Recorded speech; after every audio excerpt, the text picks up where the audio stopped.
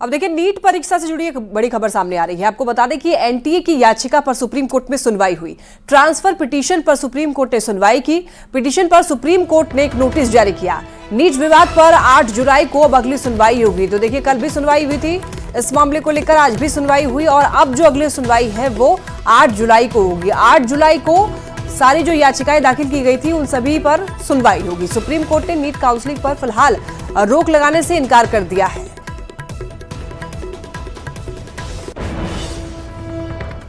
NEET विवाद की कहानी अभी खत्म नहीं हुई है। एनटीए की ट्रांसफर पिटीशन पर सुप्रीम कोर्ट ने नोटिस जारी किया है। उधर बिहार पुलिस ने एनटीए पर आरोप लगाया है कि वो एक पेपर लीक के मामले में जांच में सहयोग नहीं कर रही है, यानी कि अभी नीट की गड़बड़ी में पिक्चर बाकी है।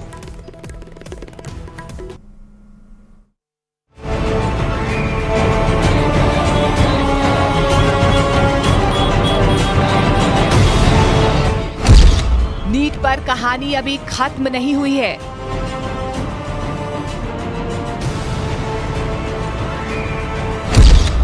नीट पर लड़ाई अभी खत्म नहीं हुई है। नीट परीक्षा रद्द करो, रद्द करो, रद्द करो।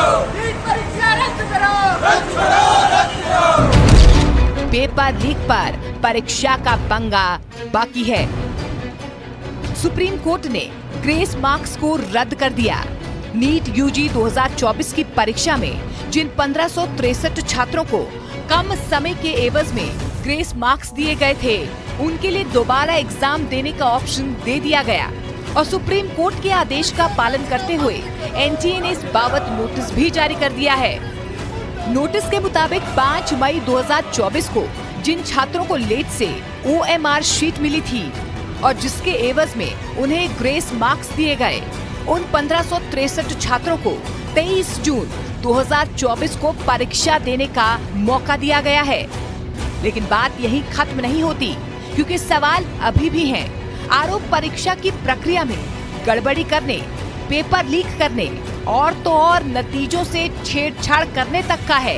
एनटीए सरकार के इस पर अपने दावे हैं, लेकिन ये सवाल अब भी बरकरार हैं और ऐसे ही एक मामले की जांच बिहार में चल रही है। दरअसल बिहार में इकोनॉमिक्स ऑफिस यूनिट यानी कि ईओयू एक मामले की जांच कर रही है। बिहार में व्हाट्सएप पर नीट का पेपर वायरल होने का आरोप है। आरोप ये भी है कि परीक्षा शुरू होने से पहले छात्रों को उत्तर मुहैया करवाया गया था। पटना के शास्त्री नगर थाने में पेपर लीक होने की एफआईआर दर्ज कर दी गई थी। 17 मई को कथित पेपर लीक का ये मामला ईओयू के पास पहुंचा। दावा है कि शुरुआती जांच में पाया गया है कि बिहार में ये पेपर लीक नहीं हुआ, बल्कि हरियाणा और राजस्थान के पास किसी जगह से लीक होने के बाद बिहार के सेंटर्स के पास व्हाट्सएप के जरिए पहुंचा था। और दावा ये भी है कि कुछ चुनिंदा लोगों तक नीट के पेपर को व्हाट्सएप के जरिए पहुंचाया गया, जो बाद में वायरल हो गया। पटना के ईओयू का दावा है कि उन्होंने इस बारे में एनटीए को नोटिस जारी किए। 3 बार नोटिस जारी करके एनटीए से अहम तथ्यों पर जानकारी मांगी। दावा है कि एनटीए ने बुधवार की रात ईओयू को ईमेल पर नोटिस का जवाब दिया। पटना ईओयू के मुताबिक एनटीए ने जो जानकारी भेजी है वो आधी अधूरी है। दावा किया गया है कि सिर्फ कुछ छात्रों की ही जानकारी एनटीए ने भेजी है। ईओयू के मुताबिक एनटीए ने कई मूलभूत सवालों के जवाब नहीं दिए हैं। दावा है कि एनटीए ने ऐसे सवालों को नजरअंदाज कर दिया जिससे जांच में मदद मिल सके। दावा है कि वो जवाब नहीं दिए गए जिससे पेपर लीक के मूल स्रोत तक पहुंचा जा सके। दरअसल ईओयू ने एनटीए से पूछा था कि प्रश्न पत्र किस प्रेस में छपे थे, एक प्रेस या ज्यादा प्रेस में छपे थे, किस कंपनी या एजेंसी को प्रेस से अलग अलग राज्यों में पहुंचाने की जिम्मेदारी थी। पूरी प्रक्रिया के बारे में एनटीए के किस स्तर के कितने पदाधिकारियों को जानकारी थी। विशेष रूप से बिहार में प्रश्न पत्र को लाने और इसके अलग अलग जगहों पर मौजूद परीक्षा केंद्रों तक पहुंचाने की जवाबदेही किसे सौंपी गई, ये सारे सवाल पूछे गए थे। हालांकि नीट मामले में सियासी किरदार भी कूद पड़े हैं। कांग्रेस जांच पर सवाल खड़े कर रही है और सरकार गड़बड़ी पाए जाने पर दोषियों के खिलाफ सख्त कार्रवाई की बात कर रही है। जिस एनटीए के नेतृत्व में ये पूरे का पूरा स्कैम हुआ, पेपर लीक हुआ, आप उसी को बोल रहे हो कि आप इंक्वायरी करें, तो ये किस प्रकार का ठोस कदम हुआ? सारे विषय पारदर्शिता, वो जिस तरीके का पारदर्शिता होनी चाहिए उस विषय को सामने लाएंगे। आप चिंता मत करिए, जैसे मैं पहले ही बता चुका हूँ, मैं बच्चों के गार्जियंस को यानी अभिभावकों को ये आश्वस्त करता हूँ कि नाइंसाफी किसी के साथ नहीं। वहीं गुरुवार को केंद्रीय शिक्षा मंत्री धर्मेंद्र प्रधान एनटीए के अधिकारियों से मिलने पहुंचे और उसके बाद उन्होंने साफ किया कि विपक्ष इस पर राजनीति कर रहा है और उन्होंने दावा किया कि पेपर लीक के कोई भी प्रमाण नहीं मिले हैं। पेपर लीक की हमारे पास कोई जानकारी नहीं है। मैंने उस रीट पिटीशन को अनुध्यान कराया, कोई भी एक भी जगह पे प्रमाण नहीं है। एक एलिगेशन पेपर लीक हुआ है, कहाँ है प्रमाण हुआ है? एक दो चीजों की न्यूज आइटम पे अगर प्रमाण आधारित होता है तब कोर्ट उसको विचार करेगी, सरकार अपना पक्ष रखेगी, वो कोर्ट में 8 जुलाई को चर्चा भी होगी। मसला 23 लाख से ज्यादा छात्रों के भविष्य का है। ग्रेस मार्क्स रद्द होने से अगर कुछ छात्रों में खुशी है कि इससे कम से कम कट ऑफ नीचे आएगा, तो वहीं उन छात्रों में नाराजगी है जिन्हें ग्रेस मार्क्स मिले थे और अब उन्हें फिर से परीक्षा देने के लिए कहा जा रहा है। अग्निवीर योजना से जुड़ी बहुत बड़ी खबर है। लोकसभा चुनाव में सबसे चर्चित मुद्दों में से एक अग्निवीर योजना पर बहुत जल्द एक खबर आ सकती है, क्योंकि यही वो मुद्दा है जिस पर चुनावी घमासान के बाद चुनावी परिणाम में भी काफी असर दिखा है। दावा किया जा रहा है कि अग्निवीर योजना में बड़े बदलाव की तैयारी हो रही है। मोदी सरकार इस योजना का रिव्यू कर सकती है।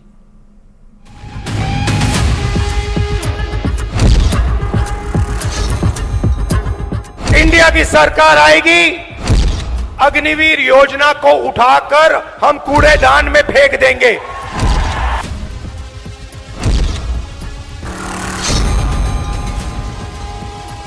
और मैं समझता हूं कि इलेक्शन का प्रभाव भी पड़ा है अग्निवीर की, खासतौर में उत्तर प्रदेश और बाकी जगह में।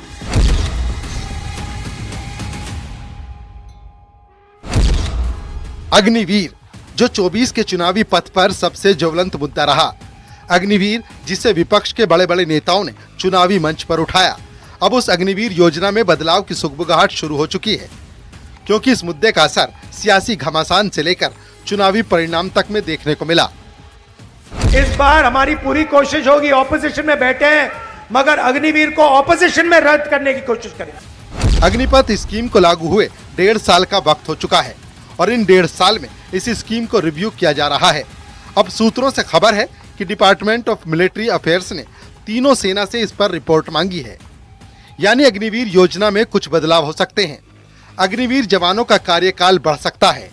अभी अग्निवीर जवानों का कार्यकाल 4 साल है। 25% रिटेंशन की स्कीम में बदलाव हो सकता है। सेना इस बात पर चर्चा कर रही है कि अग्निवीरों के लिए ट्रेनिंग पीरियड को आम सैनिकों के लिए निर्धारित ट्रेनिंग की तरह ही किया जाए, जबकि उनके सर्विस टाइम को बढ़ाकर 4 के बजाय 7 वर्ष किया जाए, जिससे उन्हें ग्रेचुइटी और पूर्व सैनिक होने का दर्जा दिया जा सके। यानी जो मुद्दा चुनाव के वक्त उठा, अब उस पर मंथन शुरू हो चुका है। अग्निवीर से जुड़े मामले पर आने वाले दिनों में केंद्र सरकार के द्वारा कुछ बड़े फैसले लिए जा सकते हैं। और जिस तरह से बड़े फैसलों की अगर बात करें तो जिस तरह से उनके जो सेवा काल की जो अवधि पहले से तय थी 4 साल की अवधि को बढ़ा करके 7 से 8 साल किया जा सकता है। राहुल ही नहीं, सपा प्रमुख अखिलेश यादव भी इस योजना के विरोध में रहे हैं। अखिलेश के मुताबिक ये योजना अस्वीकार्य है। अग्निवीर योजना को युवा कभी स्वीकार नहीं कर सकते। देश की सुरक्षा के लिए अगर सिर्फ 4 साल की नौकरी देंगे और उसमें भी आपको कोई सुविधा नहीं मिलेगी और देश के लिए मरने पर सैनिक को सम्मान नहीं मिलेगा, इन 4 वर्षों के भीतर कोई भी इस नौकरी को स्वीकार नहीं करेगा। और गरीबों की मदद करने की पॉलिटिक्स हो, राजनीति हो, अग्निवीर। अब भैया मैं आपको बता रहा हूं, अब हमारे पास पार्लियामेंट हाउस में सेना बैठी हुई है, सेना बैठी हुई है। इस बार हमारी पूरी कोशिश होगी, ऑपोजिशन में बैठे हैं मगर अग्निवीर को ऑपोजिशन में रद्द करने की कोशिश करेंगे। मैं समझता हूं अग्निवीर व्यवस्था तुरंत खत्म होनी चाहिए। सरकार को स्वीकार करना चाहिए कि उनकी गलती है कि उन्हें अग्निवीर जैसी व्यवस्था नहीं लानी चाहिए। और न केवल अग्निवीर व्यवस्था खत्म होनी चाहिए, बल्कि बहुत से नौजवान जिनको रोजगार नहीं मिल पाया, फौज में जाना चाहते थे, उन्हें उम्र की छूट भी देनी चाहिए। दरअसल अग्निवीर योजना पेंशन बिल को कम करने और सशस्त्र बलों में युवाओं की भर्ती को बढ़ावा देने के लिए शुरू की गई थी। हालांकि नए भर्ती किए गए सैनिकों के बीच ट्रेनिंग और विशेषज्ञता की कमी को लेकर चिंताएं जताई गई। ये योजना 17.5 साल से 21 साल की आयु वर्ग के युवाओं के लिए है, जिसमें 4 साल की अवधि के लिए भर्ती करने का प्रावधान है। वहीं 25% अग्निवीर को 15 साल तक बनाए रखने का प्रावधान है। योजना के मुताबिक 75% अग्निवीर जो 4 साल में रिटायर होंगे, उन्हें 12 लाख रुपए एक मुश्त दिया जाएगा। अब खबरें हैं कि सशस्त्र बल सैन्य भर्ती के लिए अग्निपथ योजना में संभावित बदलावों पर चर्चा कर रहे हैं। इसमें बदलावों के लिए मुख्य पहलू 25% रिटेन करना और ट्रेनिंग पीरियड वाले मुद्दे हैं, जिनको लेकर अंदर खाने चर्चा शुरू हो गई है। Bureau report, news 18। सरहद पार से आए आतंकी अगले कुछ दिनों में बड़े आतंकी हमलों को अंजाम दे सकते हैं। खुफिया इनपुट के मुताबिक आतंकियों के निशाने पर सुरक्षा बलों से जुड़ी हुई इमारतें भी हो सकती हैं। आतंकी जम्मू डिवीजन में हमले को अंजाम देने की फिराक में हैं। तो वहीं पिछले 4 दिनों में जम्मू कश्मीर में आतंकियों से सेना की 4 बार मुठभेड़ हुई है। कठुआ में सेना ने एनकाउंटर में 2 दहशतगर्दों को ढेर कर दिया है।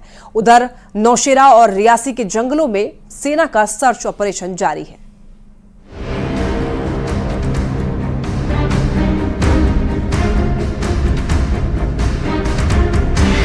जम्मू कश्मीर में आतंकी हमले का अलर्ट। आतंकियों के खिलाफ एक्शन शुरू। जम्मू कश्मीर में चप्पे चप्पे पर पहरा। जम्मू कश्मीर में अगले 30 घंटे सुरक्षा बल के जवानों के लिए अहम है, क्योंकि खुफिया एजेंसी ने जम्मू कश्मीर के अलग अलग जगहों पर बड़े आत्मघाती हमले की आशंका जताई है। खुफिया सूत्रों की माने तो पाकिस्तान से आए आतंकी आत्मघाती हमले की फिराक में हैं। खबरों के मुताबिक पाकिस्तानी आतंकी अगले 2 दिनों में सुंदरबनी, लंबेरी, नौशेरा, राजौरी और जम्मू में आत्मघाती हमले कर सकते हैं। इन आतंकियों के टारगेट पर सुरक्षा बलों के शिविर, चेक पोस्ट और सरकारी संस्थान हो सकते हैं। इस आतंकी हमले की आशंका के बाद पुलिस कंट्रोल रूम की तरफ से सेना, CRPF, BSF, Jammu Kashmir police के सभी अधिकारियों को अलर्ट कर दिया गया, ताकि आतंकियों के नापाक मंसूबों को अंजाम देने से रोका जा सके। इस आत्मघाती हमले के अलर्ट के बाद सुरक्षा बल के जवान और जम्मू कश्मीर पुलिस एक्शन में आ गई। जम्मू कश्मीर के सेंसिटिव इलाकों में पहरेदारी तेज हो गई। जगह जगह सर्च ऑपरेशन चलाए जाने लगे। इस बीच कठुआ में 2 आतंकियों के आने की खबर पर पुलिस और सेना चौकन्नी हो गई। यही नहीं, जम्मू कश्मीर के डीजीपी ने आतंकियों को खुला चैलेंज दे दिया कि आतंक फैलाने वालों का जड़ से खात्मा कर दिया जाएगा और आतंकियों के मददगारों को पछताना पड़ेगा। उन लोगों को हम खबरदार कर रहे हैं कि वो तो मरेंगे, उनका कोई आगे पीछे नहीं है। उनके बाल बच्चों को छोड़ के वो है भी कि नहीं हमें पता नहीं है। जेलों से उठा के ला रहे हैं, किसको ला रहे हैं। यहाँ के लोग जो उनको सपोर्ट करने के लिए बीच बीच में कोशिश कर रहे हैं, वो बहुत ज़्यादा पछताएंगे, क्योंकि उनके घर वाले, उनका स्टेक यहाँ पे, उनकी ज़मीन है, उनकी जायदाद है, उनकी नौकरी है, उनके बगीचे हैं, तो वो इसमें देश के विरुद्ध अगर कोई इस तरीके से काम करेगा, बहुत ज़्यादा नुकसान उठाएगा। आतंकी हमले के अलर्ट के बाद से ही जम्मू कश्मीर के अलग अलग इलाकों में सर्च ऑपरेशन तेज हो गया। आतंकियों के खिलाफ सर्च ऑपरेशन की तस्वीरें जम्मू कश्मीर के उधमपुर से भी आईं। वहां नेशनल हाईवे पर एक एक गाड़ी को तलाशा गया। किसी के भी संदिग्ध होने पर उससे कड़ी पूछताछ की गई। आतंकी हमले के अलर्ट के बाद से सुरक्षा बल फुल एक्शन में है। सांबा में भी जम्मू पठानकोट हाईवे पर पहरा सख्त दिखा। यही नहीं, जम्मू कश्मीर के डोडा से आई ये तस्वीरें देखिए। घने जंगलों में सुरक्षा बलों के जवान तलाशी अभियान करते दिखे। ये वही इलाका है जहां आतंकियों से मुठभेड़ के दौरान जम्मू कश्मीर पुलिस का एक कांस्टेबल घायल हुआ था। अभी की जो सिचुएशन है वो ये है कि ऑलमोस्ट जहां पे जो इंसिडेंट हुआ था उसके काफी दूर दूर तक हमने सर्च किया हुआ है और आगे भी सर्च कर रहे हैं। मैं आपके माध्यम से जरूर ये बताना चाहूंगा कि यहाँ की जितनी भी आवाम है, उनका बहुत अच्छा साथ जो सिक्योरिटी फोर्सेस है उनको मिल रहा है। और इसी के साथ बुलेटिन में इतना ही। आप देखते रहिए न्यूज़ 18।